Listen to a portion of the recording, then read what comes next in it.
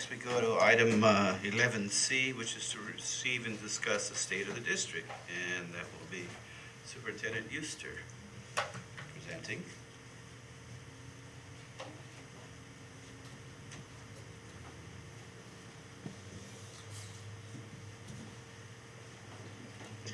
Good evening.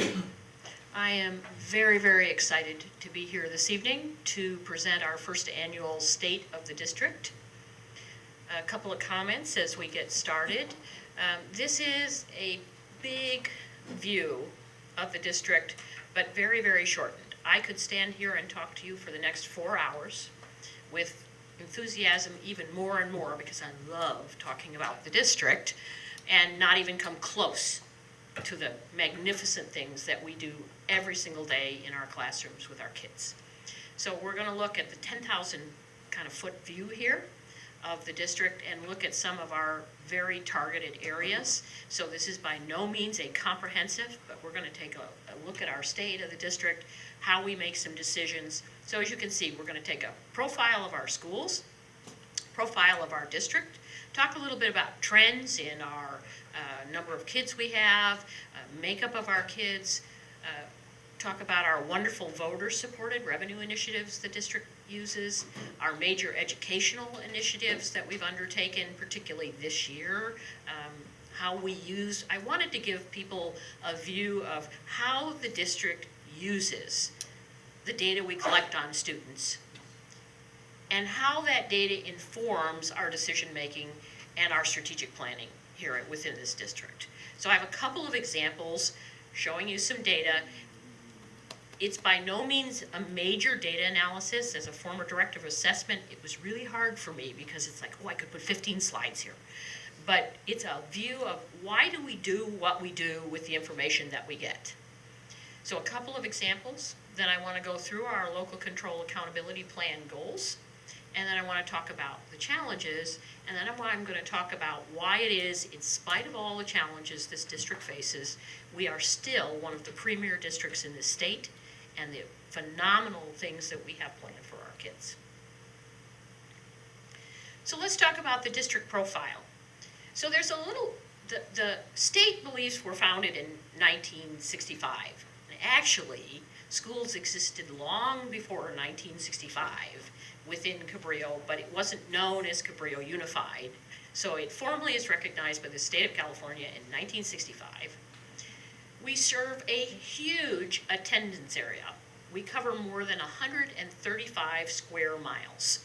And you can see the red line throughout the area is the attendance area that we cover. I looked up San Mateo County. San Mateo County is 776 square miles. Therefore, our attendance boundaries cover 18% approximately of the entire land value of San Mateo County. We are a big, big district in terms of land, which I just was like, wow. Because you don't think of it. You think of us up and down US 1 and wow. But Kings, and you can see the huge areas that we cover. We are a rural district. We may be 35 minutes out of San Francisco, but with that kind of coverage of 135 square miles, this is a rural district, and we face some of the challenges. How do we get kids to our schools? How do we make programs so that kids can get back and forth? When our kids go to play in a game, it isn't anywhere in this area. We literally go through a tunnel or over the hill. So we have the challenges faced by rural districts. This year, this is the most current number we have on enrollment. Right now, we're at about 3,250 students. We're still settling on the 10-day enrollment. You heard we're on day 13. My best guess is we're going to be probably 3,275 when it's all said and down, but we're down in students, and you'll see that in a minute. We have approximately 330 employees. We have 7 schools. This district handles transitional kindergarten through grade 12. About 933 of our students, 28%, are English language learners. And 1,398 of our students, about 43% of our kids, are eligible for free and reduced lunch.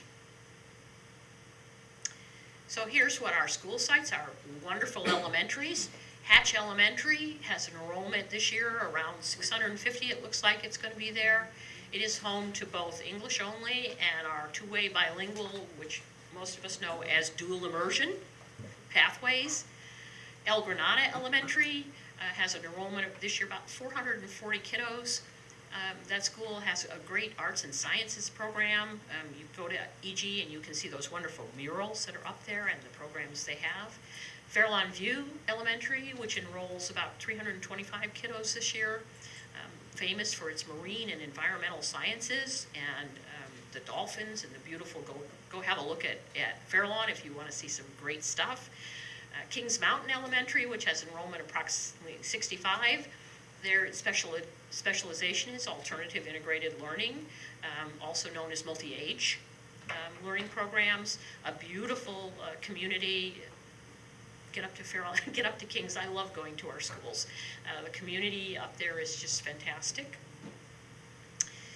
One middle school, Cunha. Enrollment this year looks like it'll be about 775 children. And of course, now we are starting into our middle and our high schools, so Cunha offers a wide variety of course offerings, targeting and educating the whole child. So what does that mean? It means they got band, it means they got shop, it means they've got math, science, all of the courses designed for attracting kids. Not everybody comes to school because they want to take calculus. I know for me as a science major, this is a disappointing thing to hear, but there are other things, and in fact, when I was that age, I didn't come for calculus either. I came for choir. So I understand, and that's why we offer, not because I do it, but we understand that kids come for different reasons, and we try and offer a variety. We have leadership. We have things that develop kids intellectually, develop them socially, emotionally. It's important. We have one comprehensive high school, Half Moon Bay High School, approximately 996 kids. We have tracks. This is where we really focus on variety as kids are getting ready for their post-secondary education, and we want to give them as many options as possible. So career technical coursework, advanced placement coursework, early college programs. We try to juggle in a high school of, as you can see, about 1,000 kiddos, as many possibilities. I emphasize when I talk with parents and when I talk with this community, our job is to help kids' dreams come true. And that means we need to have a broad, wide variety of course offers to enable us to do that. We are engaged in several very large strategic partnerships that are getting underway and growing that will help us to make sure that this can happen, even given the difficult financial times that may be ahead of us.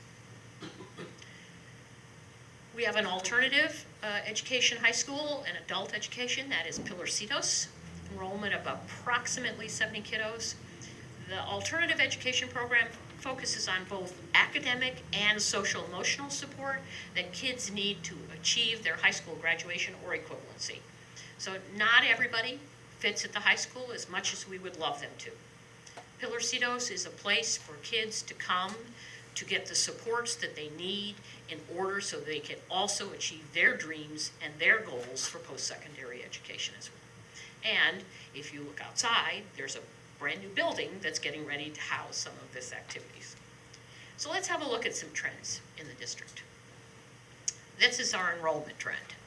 And as you can see, in 14-15, we were about 3,373 kids. We're declining in 15-16. We were at 33-32. I don't believe we're going to make 3,300 this year. I think it's going to be like 3,280 if I make a guess at it. So we've lost about 50 kids or so. I would like to comment about that because every child we lost last year, we did an exit interview to find out where they were going. And the answer is that it is not a case of going to private school. They are not only leaving the Bay Area for other parts of California, they are leaving the state entirely. They simply cannot afford the high cost of living in the Bay Area, and that was said to us again and again and again. So the cost of living and the cost of housing here, which none of us are not familiar with, is really having an impact on the district's enrollment. This is our ethnicity. When I was trying to graph this, so you'll notice lots of line graphs here because we're looking at trends. by the time I got the trend, there were so many things here that you couldn't have read it in the slightest. The interesting part is if I go back and bring you the same pie chart 5 years ago, it looks almost identical to this. We're within a percentage points in our major population groups. So instead, I pick the 14-15 school year, put the demographic out, and tell you that we are quite stable in this demographic within a percentage point, and that's pretty stable. Our percentage of English learner students, so as you can see, we are at about 28%, and we have been there for 3-4 years now, and it looks like this year, once again, we'll be somewhere in the 28 point something %. Of interest is this little graph. So the percent of our socioeconomically disadvantaged kids, or the free and reduced lunch, you can see is increasing. This, I believe, is another testament to the fact of how expensive it is to live here in the Bay Area, is that though we, in our ethnicity, our English learner, all of that staying quite stable, this marker is going up, and it is because more kids are now eligible because of the family income so that they can be in this area. We also are quite aggressively looking for our children who are in this area because we want them to get free and reduced one. We want to feed them. We want to hook them into services. So we are actively seeking to make sure all of our children are getting the services they need to have so that they can be successful in school. But you can see this percentage is going up, and I suspect this year it'll be at least 43, and it may even be more involved. So let us look at our voter-supported revenue initiatives, and quite frankly, part of the reason we can do what we do with students is because of the absolute generosity of this community and its unfailing support of its schools. Measure B. Measure B was the renewal of our original parcel tax through June 2020. It provides $1.8 million in revenue per year to the district, which we use for preservation of our science, math, reading, and writing programs, retaining qualified teachers and staff, maintaining updated classroom technology, and keeping all of our district schools open. We are forever grateful to the community. You saw the budget report from Crystal. That $1.8 million allows us to do a lot of programs that we just otherwise could not do. The second major measure is Measure S, which was approved by our voters in June 2012. It's $81 million of construction bonds, which we use for construction, issued over 8 years, and it was approved for replacing leaky roof, performing essential safety repairs, updating our classrooms and science labs, equipping 21st century technology, maximizing our water conservation and energy efficiency, and renovating and constructing and equipping a classroom and facility. So Measure B and Measure S, two absolutely vital pieces of revenue source for the district. We cannot thank the community of Half Moon Bay and El Granada and Montera and everyone else in this 135 square miles enough for the support that they have placed in our district. Quick question, I noticed Yes. over the weekend there was an article in the Chronicle about the potential for a state bond for construction, which I know has been on hold for probably about 6 or 7 years. Any thoughts on potential implications, the reality of that even happening, and what would be the potential relative to our bond? Is it matching grants? How does that work? Just a quick, just even detail. So, there's been a lot of discussion at the state level that a state bond is definitely needed for a lot of districts.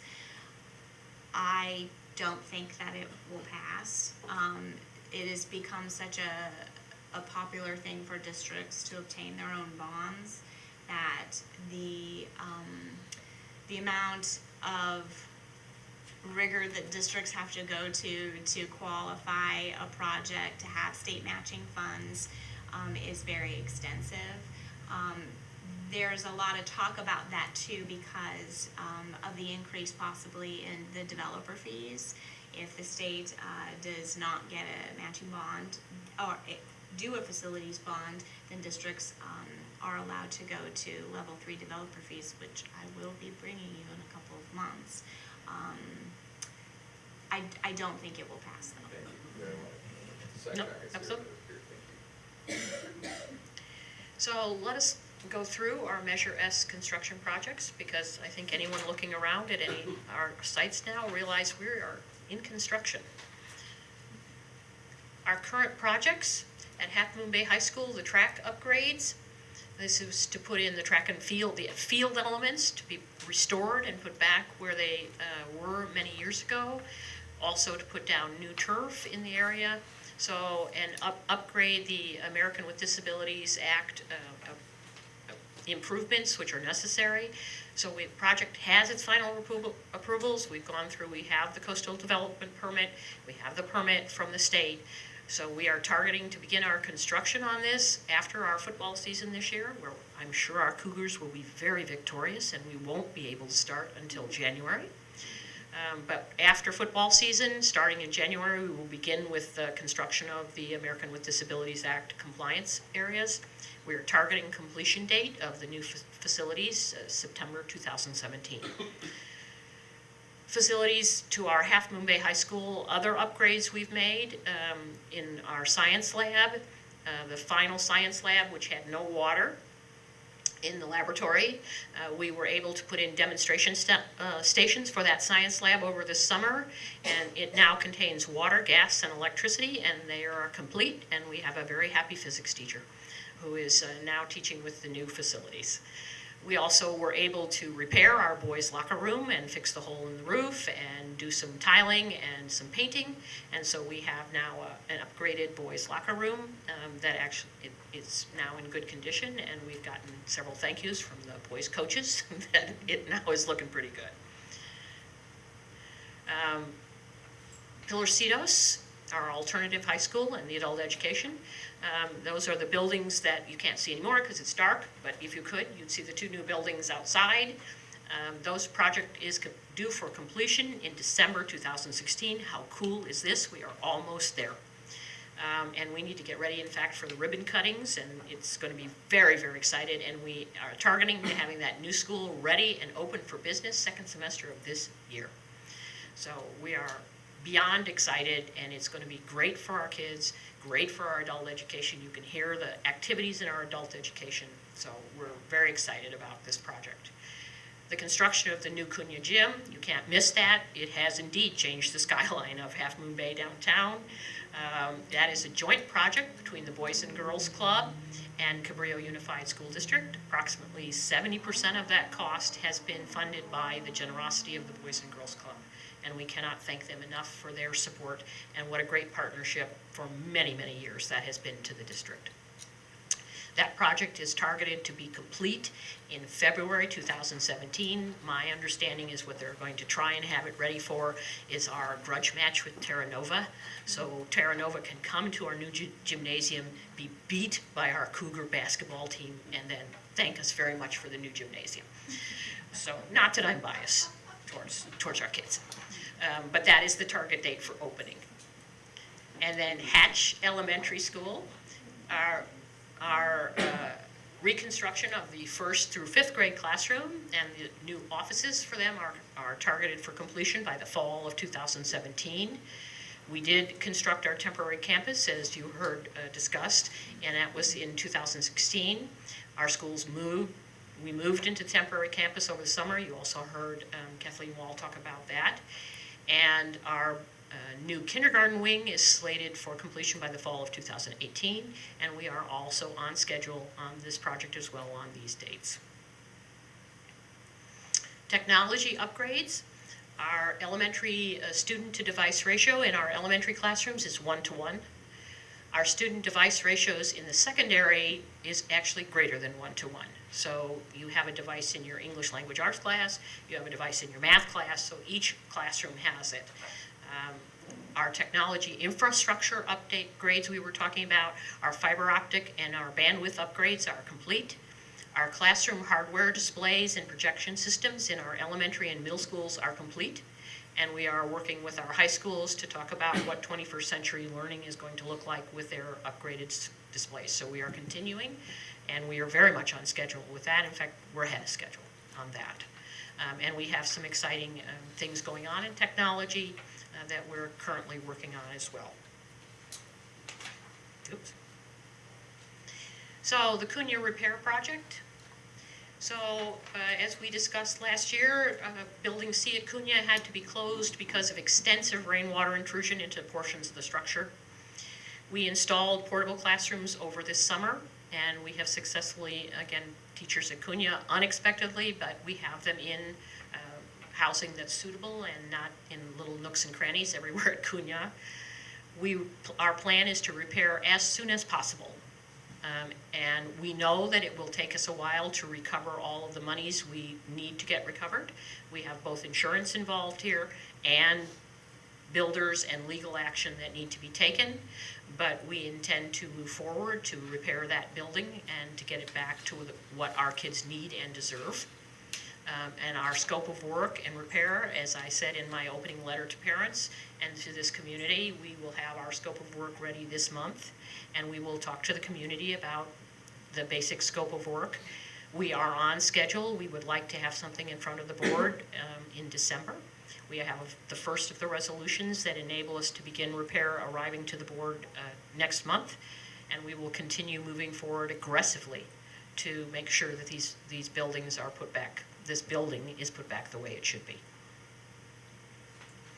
I'd like to briefly head through some of our major district initiatives, and I'm going to stress the word major again. This isn't by any stretch of the imagination everything we're doing. It's not even close. But we've picked some really big ones here to highlight. I could come back tomorrow and highlight 10 more, but we've pulled some of these as our major initiatives. In the pre-K area, the Big Lift, pre-K through third grade literacy. This is the venture of San Mateo County, the Silicon Valley Community Foundation, and a number of major players. There has been significant funds coming into Cabrillo for us in our participation. The target from the Big Lift is that 80% of children will be reading at grade level by the end of third grade. The Big Lift was also one of the key sponsors of our Inspiring Summer School that you just heard reported on. In the social emotional support services, one of the #1 things as we polled the district throughout last year and we talked to parents and to staff and to everyone we could talk to was that our kids need more social emotional support. They need both group and individual services. So the district came together, worked with a small program that we had in the district, and added significant funding to that program so that we will now target an increase in our services in grades transitional kindergarten through 12. Our target is that we will have greater than 5 times the services available in 3 years that we do today. And I can tell you we already are on schedule for that. We added 3 new intern therapists into this district, and so we are well underway to far more services, both classroom, anti-bullying, the emotional stress management. Many more programs are going to start appearing this year. So this is a 3-year program, and we are on schedule, and the district will continue to support that both through personnel and financially as well. Our positive behavior intervention and support systems. These are school-wide systems designed to help us reduce the suspension and expulsions. This is our third year working in this area. We have seen consistent decreases in our suspensions and expulsion as we've come further and further online with these courses. Our measurement, and we target, is that the district will monitor and maintain. We have very low suspension rates now, one of the lowest in this county. And our expulsion rate is the lowest in the county. It is so low that if we were to expel 1 child, we would bump it. So we actually have to do a less than because it's so low. So we're very proud of this, and we're very proud of the work in restorative justice and the things that our schools do, and we will continue to heavily support this because the data indicates it's effective and it works. Advancement via individual determination, or what we call AVID. This is a program that provides, and it is actually a class that students take in grades 6 through 12 that help them to be ready for post-secondary education. And it really is targeted at underrepresented students, and particularly students who potentially are first generation heading for post-secondary, that need not only some academic, but they actually need people saying, here's how you do this. Here are clubs you ought to be involved in. Here, it's well beyond, here's how to take notes. It really picks them up and puts comprehensive service and support around them that enable them to understand and say, oh wow, yeah, this is good for me, I'm going to post-secondary. Whether it's a 4-year, it's a 2-year, it's a trade school, I'm going. So the data we have received from Avid, and I believe you saw a report last year from Tiffany Zammit about it, the impact it has had on the students involved has been amazing. They have some of the highest attendance rates within this district. They have huge rates of application for both 2- and 4-year schools. The data is clear that this is a program that works for district children, and the target is that the district will increase our Avid offering in grades 6 through 12. The brand new initiative that we're adding this year is Early College.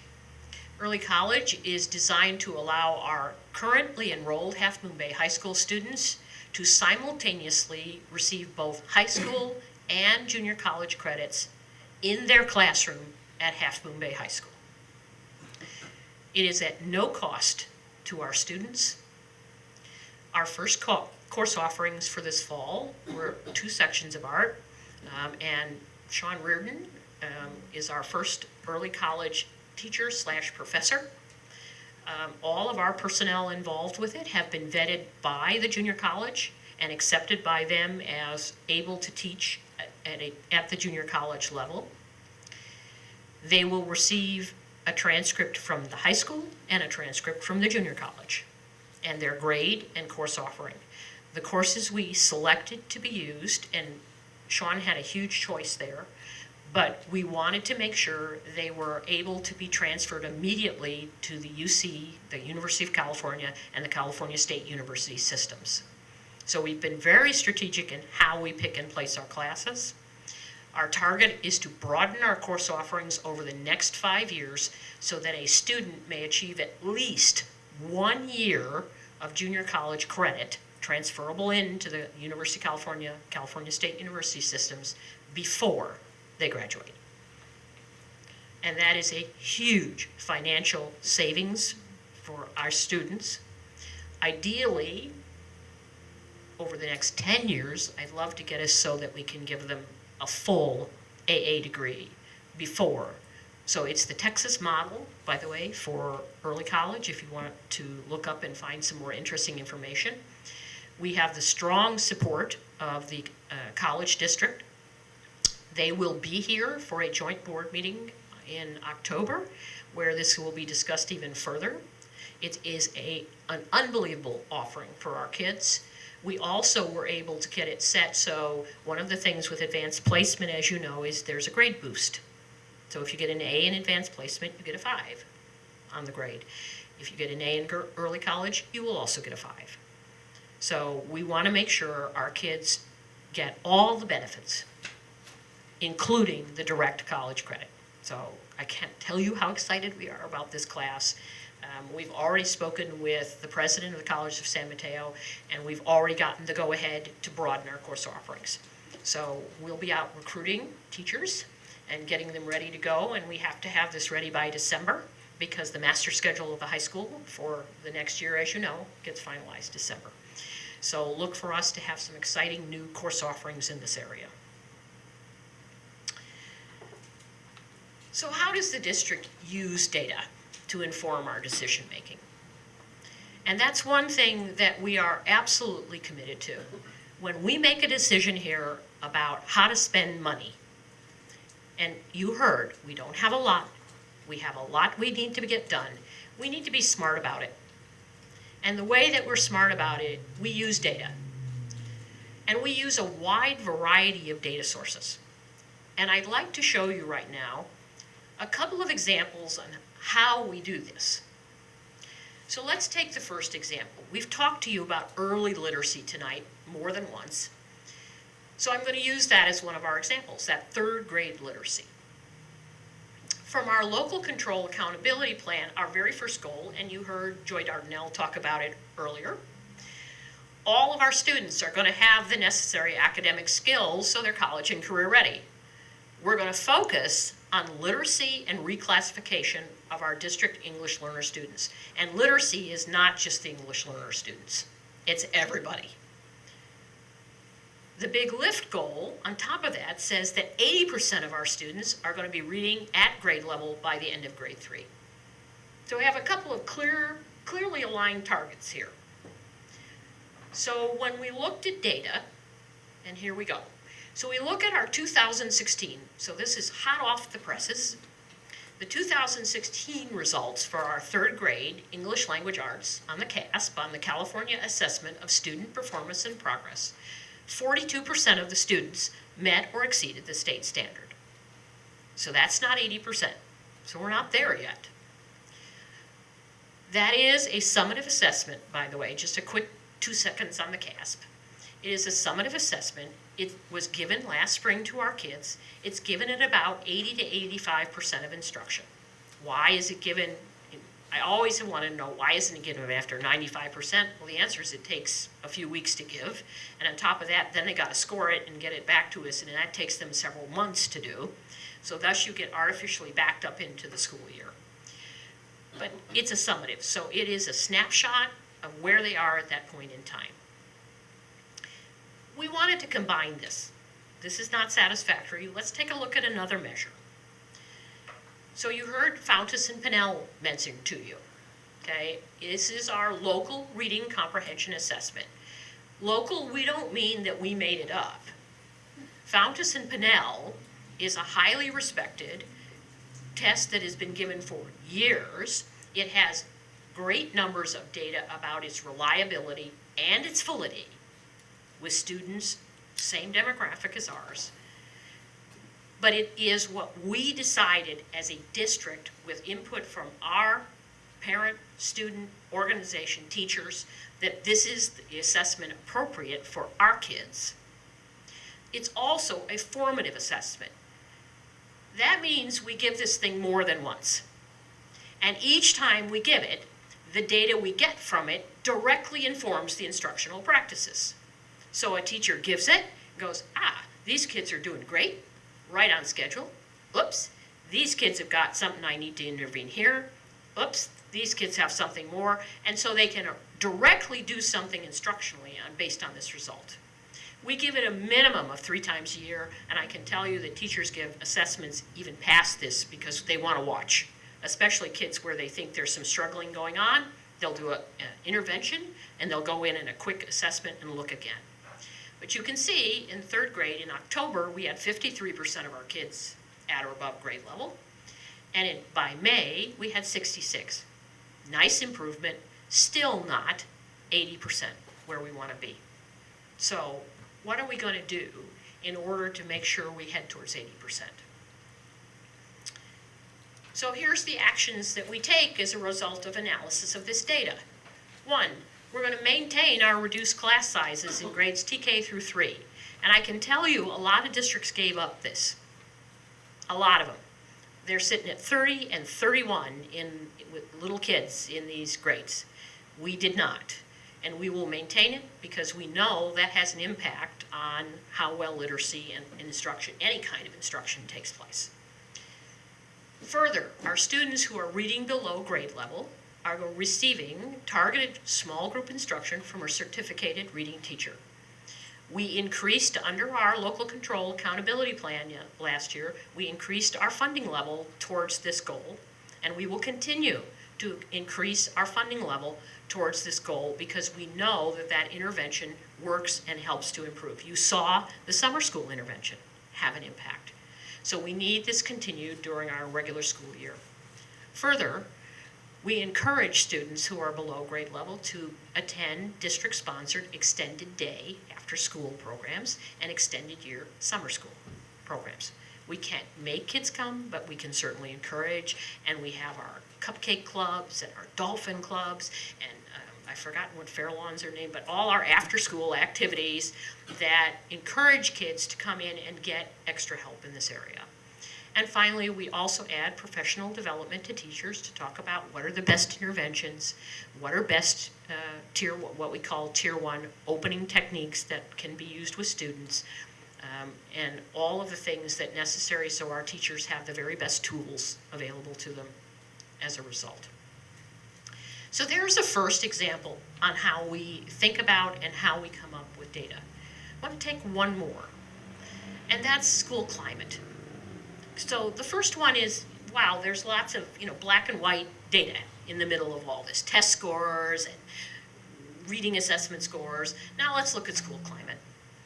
That is the number 4 goal of our LCAP, which is to create a positive school climate where our students feel safe and supported.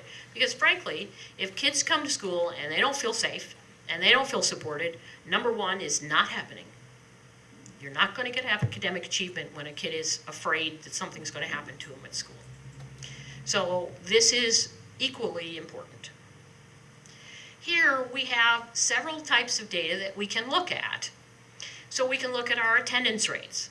How are our kids coming to school? You can see that we have about 95.6% attendance rate. The average, I put the state of California here so you can kind of compare us to what the rest of the state looks like. We're ahead of the state here. We have a higher attendance rate. Our suspension rate is about 2.2%, and you can see compared to the state, we're half of the state rate. That, even compared to San Mateo County, that's a low suspension rate. Our expulsion rate, the state is average about 0.1%. We are way below 0.1%. I mean, we're down to the fact that maybe we have 1 kid a year, maybe. Some years we'd have 0. That's why I said 1 kid shifts us up and down in that. Our dropout rate, the state average about 10.7%, and we're at 3.6. And our graduation rate, the state average is 82.3, and we're 94.1. So we can watch those metrics, those measurements, as one way of seeing what's going on with our kids. Is school safe? What's our suspension? What's our expulsion? Are they coming to school? Are they graduating? Are they dropping out? What's going on here? We can look at this metric.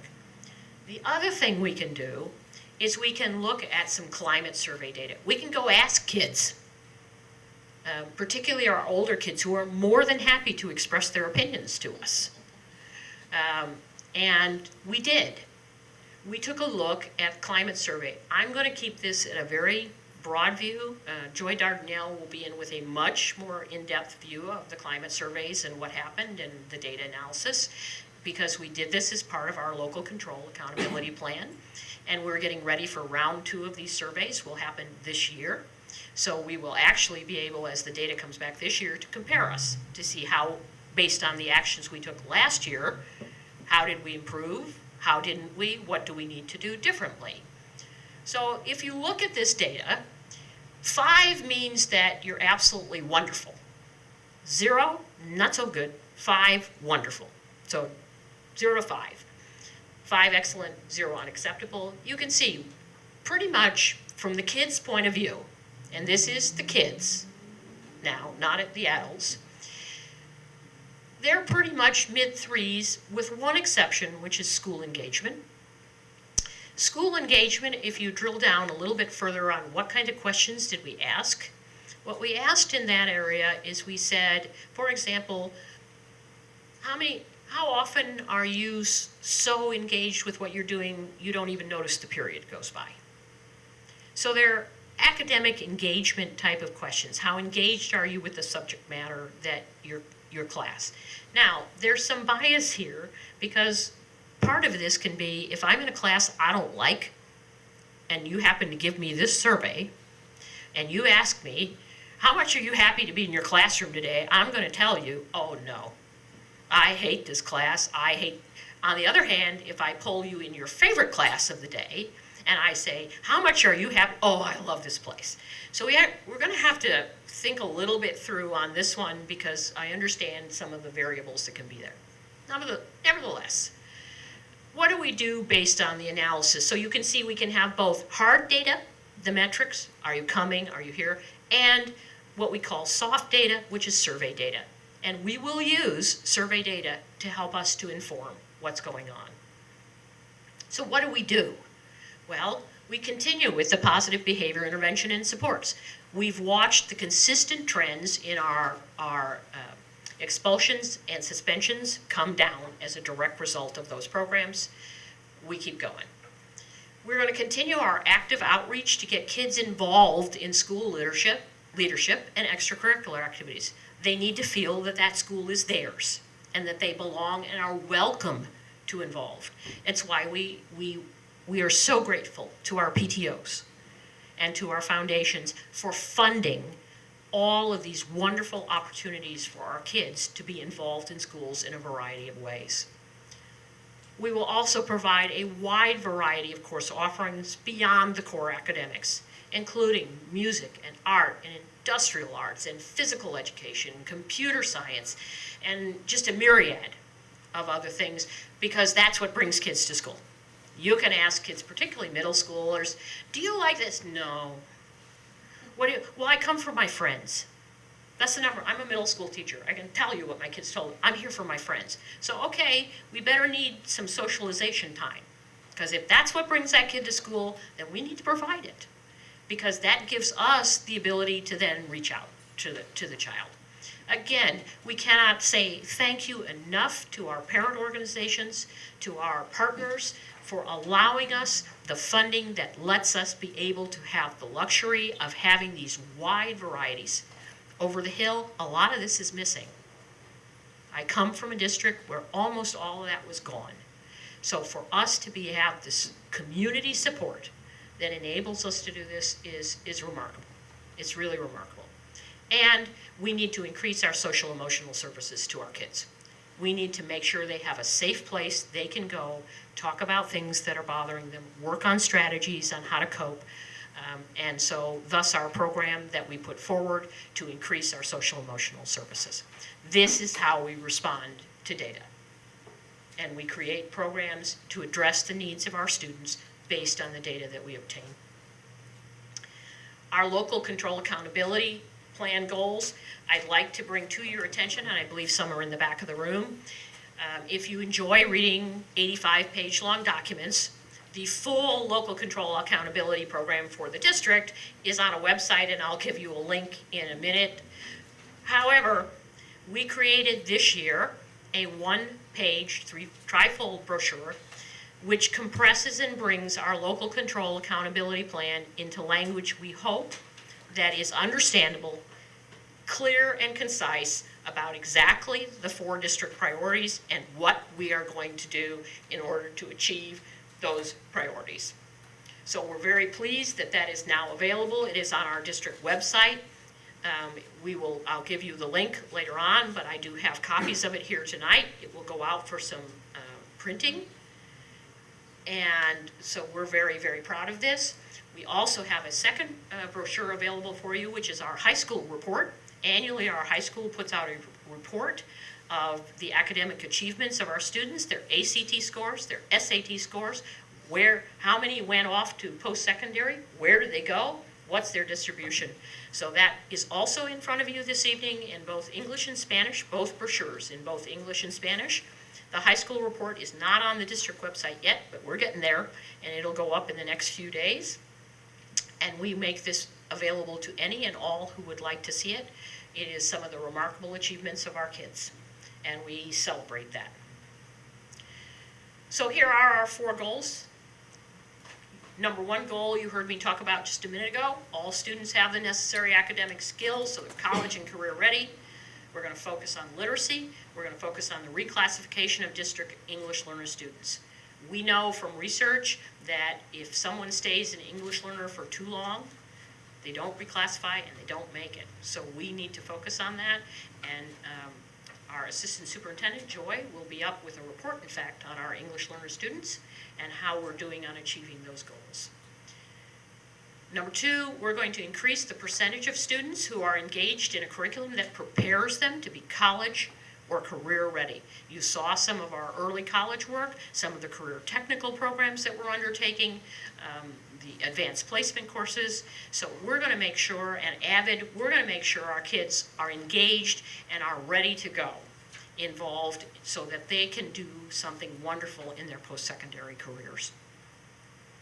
Number 3, we are going to implement a stakeholder communication plan to support parental involvement and regular updates to that. I took this verbatim from the LCAP, and I don't know what I was thinking when I wrote that. Grammatically, it's just not correct, but we'll fix it this year. And we are involved with a grant from San Mateo County and from the state. We were selected as one of 2 districts within this county to work on increased parental involvement and engagement in communication in our schools this year. So we are actively starting through the interviewing process so we can get a baseline, and we will be working on a strategic plan that enables us to increase our outreach to parents. So we're very active in this area. And finally, we want to create a positive school climate where students feel safe and supported. You saw some of the survey data and data that we use in order to inform us and to drive that goal forward. So what are the challenges that we face? I wish I could say none. I wish I could say it was just, oh, we're fine. However, the reality is this. The money from the local control funding formula is not going to continue to increase. The gap is pretty much closed. We're pretty much almost back to 07, 08 levels, and it's not going to change for the next 4 years. We're going to be virtually flat, and after that, we don't know. If they start doing their negative cost of living increases, it's going to get interesting. On top of that, our enrollment is slowly decreasing. Now, Cabrillo is paid by the student present in our school district. So on top of our gap closed, on top of the fact that we're virtually flat, we're losing kids and we're losing money.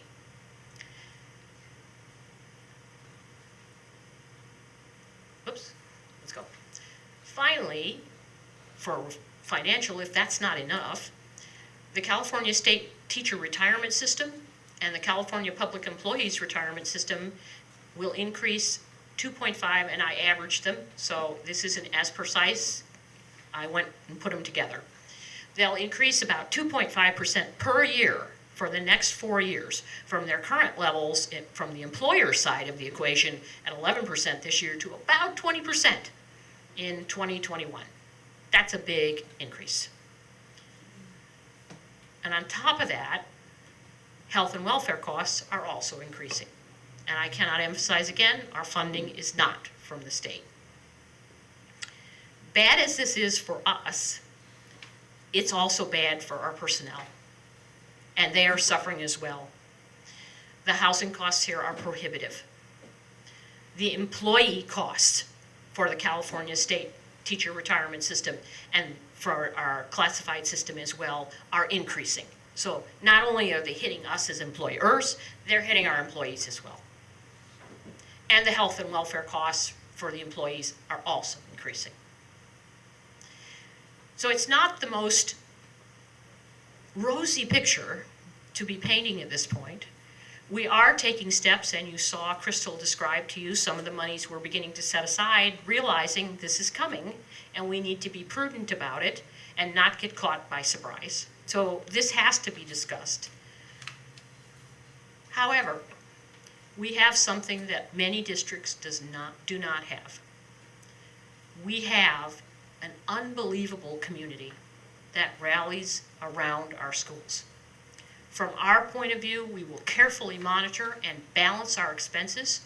We will ensure that the maximum amount of our funding is directed to the development and implementation of strong instructional and support programs. We have fantastic administrators, faculty, and staff. They are highly trained, true professionals, and they go above and beyond to ensure success of our students.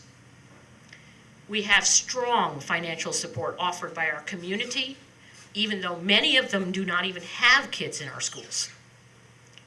Through Measure B, Measure S, our Cabrillo Education Foundation, our parent organization, our boosters, the Boys and Girls Club, Rotary, the Chamber of Commerce, and many more.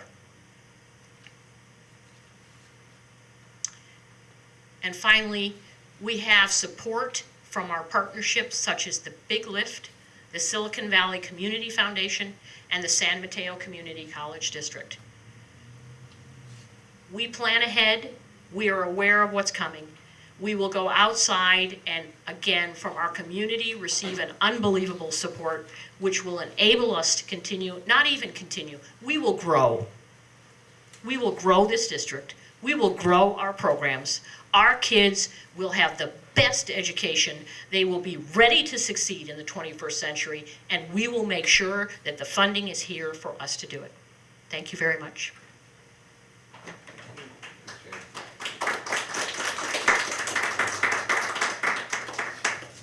there any comments or questions? Yeah? Clarification on the new track. I saw that it will be starting construction January 2017. Where will spring sports be held? So you'll hear from the high school on how they'll make the arrangements, so Mr. Nazar and coaches will be in contact on that. Thank you. Yep, no problem. Appreciate, and I know the community does as well, the simplification of LCAP. It's still foreign language for many people, what that means. And as part of our transparency and communication culture, this is a great first step in that. So thanks to everybody who's involved in this process. And it's very meaningful. So thank you. Thanks very much, Jane, for your vision of the district. Appreciate this. Okay, so moving on.